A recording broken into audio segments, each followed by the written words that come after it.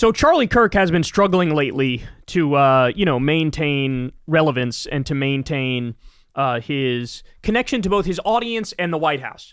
So he runs TPUSA. It's this like youth Republican organization, and he's been in a weird space because he's had to like defend Trump bombing Iran while criticizing Trump bombing Iran, defend Trump on the Epstein files while disagreeing with Trump on the Epstein files. He's had to try to find a way to thread this needle because functionally he's a right-wing Republican outlet.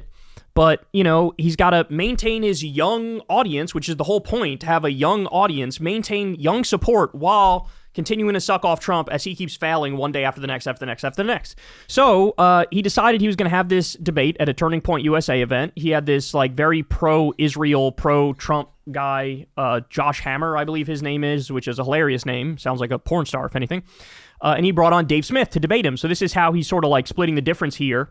And so there's a bunch of parts of this that I want to highlight, but let's start with this one. This is Josh Hammer going after Dave Smith for daring to ever disagree with Trump. Let's watch. Good news is that while no one should be afraid of debate, and this debate is a nice thing here, the MAGA movement is actually quite unified, believe it or not, all the talk to the contrary when it comes to these issues. An overwhelming majority of self-identified MAGA Republicans supports close U.S.-Israel relations. According to a CBS News poll, moreover, after the recent Operation Midnight Hammer B-2 bombers in Iran, 94% of self-identified MAGA Republicans supported President Trump's dropping those B-2 bombs on Fort Natanz and the other Iranian facilities there. This is a wildly popular policy there.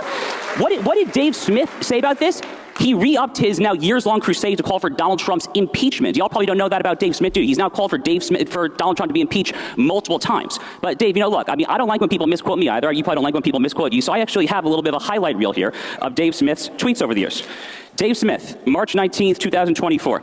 Donald Trump is responsible for around 500,000 deaths in Yemen and between the weapons to Ukraine and the Abraham Accords Jerusalem embassy. He is at least partially responsible for the two worst humanitarian crises in the world. He's a war criminal who should spend his life in prison. He is calling Donald Trump a war criminal who should spend his life in prison. You should be livid at that. I am livid at that. How about you address the actual substance of it? How about you address the specific things which mean he should be a war criminal and he should be locked up?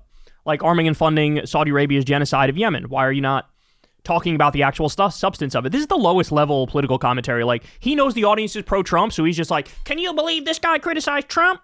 Donald Trump, Dave Smith, June 16, 2025. Trump allegedly had full prior knowledge of Israel's attacks and gave it his blessing while pretending to be negotiating with the Iranians as a cover. If this is true, Trump is the most impotent bitch of a leader imaginable. He's calling our president, the greatest president in my lifetime, an impotent bitch. Are you kidding me? You believe he said that? 21st, 2025. Donald Trump has now launched an illegal war of aggression against Iran. The risk of an absolute catastrophe is very high and the benefits are non-existent. Dave Smith, June 21st. Dead wrong. This notion that World War III would start, not a single American casualty. We should be celebrating that. Donald Trump fulfilled multiple campaign promises. The escalator speech in 2015 at Trump Tower, he literally said, I'm not going to let Iran get a nuclear weapon. And guess what? He said, I oppose a neoconservative foreign policy. He did both of those things with Iran. He deprived the Iran... How is it opposing neoconservative foreign policy when you do an illegal bombing of a country that didn't attack you and wasn't building a nuke? That is neocon foreign policy. It's also neocon foreign policy to bomb Yemen and bomb Somalia, as Trump has done, to arm Israel as they do a genocide in Gaza, as Trump has done, to increase drone strikes over 400%. This is all neocon stuff. Oh my God. Regime of nuclear weapon while not losing a single American sailor, soldier, Marine while depriving them of nuclear weapons. And finally, Charlie, I'll end on this.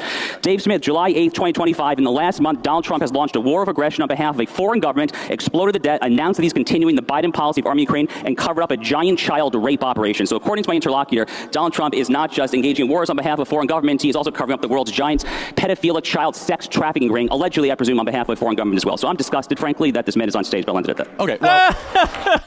How dare you, sir? Yeah, I mean, that's what he's doing. He's covering up a child sex trafficking ring. That's the whole Epstein thing. Why are you acting like this is absurd?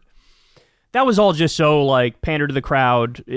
Absolutely pathetic. So Dave Smith fires back here. Let's see what he says. First of all, look, if you support what Israel's doing in Gaza right now, I would just, my advice to you guys is just know that you never have a leg to stand on claiming to be pro-life for the rest of your life. Just saying that.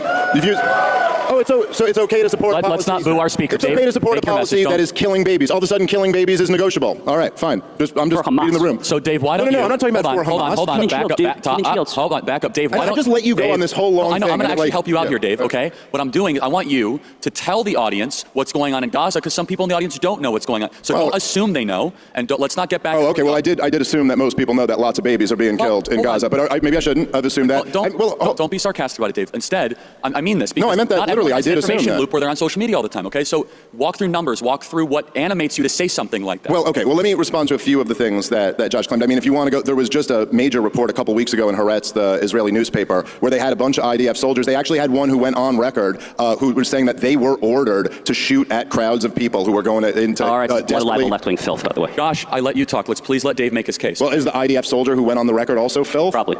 Okay. All right, there you go. So see, you're, whatever, that's when you'll criticize the IDF. Look, Josh is just lying when he says that Israel supported Hamas for all those years because they feared there might be a worse alternative. It's just not true. And this has been so widely reported. You don't have to rely on Haaretz. You can rely on all types of reporting, or you can just look at all of the leaders in their own words, what they said. They chose Netanyahu, and this was very controversial in Israel. There were lots of critics of this. Netanyahu thought he had this brilliant idea, which is that he would prop up Hamas and keep them in power. His exact quote was, "We can control the height of the flame." So he was like, we'll keep these terrorists in power, and that way we can tell the entire international community that, look, we have no partner for peace. We have no one to deal with here. And that way we never have to negotiate with the Palestinians. This was the game that he played, and it blew up in his face and really blew up in the Israeli people's face on October 7th. And I've never downplayed October 7th. I know, but I'm just making the point that I never have. Thank you for that, because what happened there is totally... Day.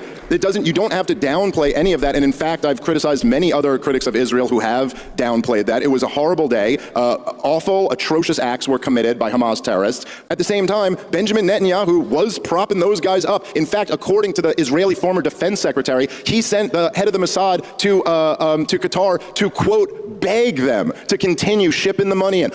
Meanwhile, they had a blockade around Gaza. They wouldn't let sugar, they wouldn't let potatoes in, because they claim that's dual use. That could be used to build rockets. So the kids can't get, food. Yet, hundreds of millions of dollars in cash directly to Hamas. I guess money doesn't have a dual use. So, the whole mission of this, what you can't even really call a war, because it's not a war, it's the destruction of a captive people. Gaza's been occupied since 1967 by the Israelis. And they're now just slaughtering the people there that's a fact. And it's under the supposed goal that they want to eliminate Hamas and they want to retrieve the hostages. And yet, Hamas is not being eliminated. The Israeli government is claiming that they've killed 20,000 of their fighters, and yet there's still as many as there were at the beginning. God bless Dave Smith for trying to go into a right-wing audience and debate the particulars of Israeli aggression against Palestinians. But this was always going to be an uphill battle, with the audience being what it is, with TPUSA being what it is. And the guy's not wrong. Josh Hammer's not wrong in pointing out, hey, this guy criticizes Trump all the time, but then, he'll come running back to Trump, but then he'll keep criticizing Trump. So they demand complete and utter loyalty, total loyalty, not only to Trump, but also to Israel. That's the mindset on the right. It truly is. That's where they are at this moment. And so to be half in, half out, they don't really want you. And you represent more of, he's a libertarian, Dave is. He represents more of that libertarian mindset. He's more of a Ron Paul type guy or Thomas Massey type guy. And maybe they'll mildly tolerate you, but the second you cross Trump or cross Israel, it is they're ready to drop the hammer on you, no pun intended. So God bless him for trying to do it, but it was always going to end like this. But really, this was Charlie Kirk's attempt to maintain relevance. That's what this was. Charlie Kirk's attempt to maintain relevance, to maintain, his audience while also maintaining access to the White House. He figures if I have two people with differing perspectives on stage, it can work out for me in the long run because, hey, look, guys, I brought on Dave Smith to say the things that are popular online, to say the things that keep you more in touch with young people. But I also have on this regime hack who thinks Trump has never done anything wrong, and he loves him even more now that he's sucking Israel's cock on a daily basis as they bomb children. So this is what Charlie Kirk has to do now.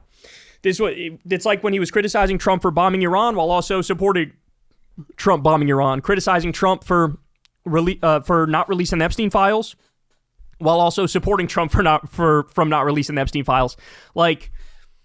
It's an untenable position, but they all find their way home to daddy. Even Dave Smith, who's the best guy on this stage, he still was out there saying, I think Trump, if Trump just did that one bombing of Iran, well, he's better than Kamala. It's still probably better than Kamala.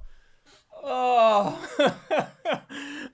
even the ones that are better are still wrong. Like, it is crazy. It is absolutely crazy. All right, y'all. That's the show. I love y'all very much. You guys know the drill. Everybody, please subscribe to the channel. That helps out big time and costs you nothing at all. You can also click that bell icon so you get a notification every single time a video drops. You could also support the show on Patreon. Thank you to everybody who already does that. We could not do it without you. $2 a month or $5 a month or $7 a month. It goes a long, long way. So please consider helping us out with that. Remember, I've never talked to an advertiser, never done an ad read, never talked to a government or a billionaire or anything like that, and I'm very, very proud of that fact. You guys made that possible. You can also subscribe to Crystal, Kyle, and Friends on Substack. That's below. And go subscribe to Corn's World, the YouTube channel, because we drop Kyle and Corns over there these days. So, all right, I love you guys, and I'll see you back here tomorrow. Peace. Hey, y'all, do me a favor and like and subscribe. It helps out big time in the algorithm. Click the bell as well for notifications when videos drop, and watch that video on screen right now. You know you want to.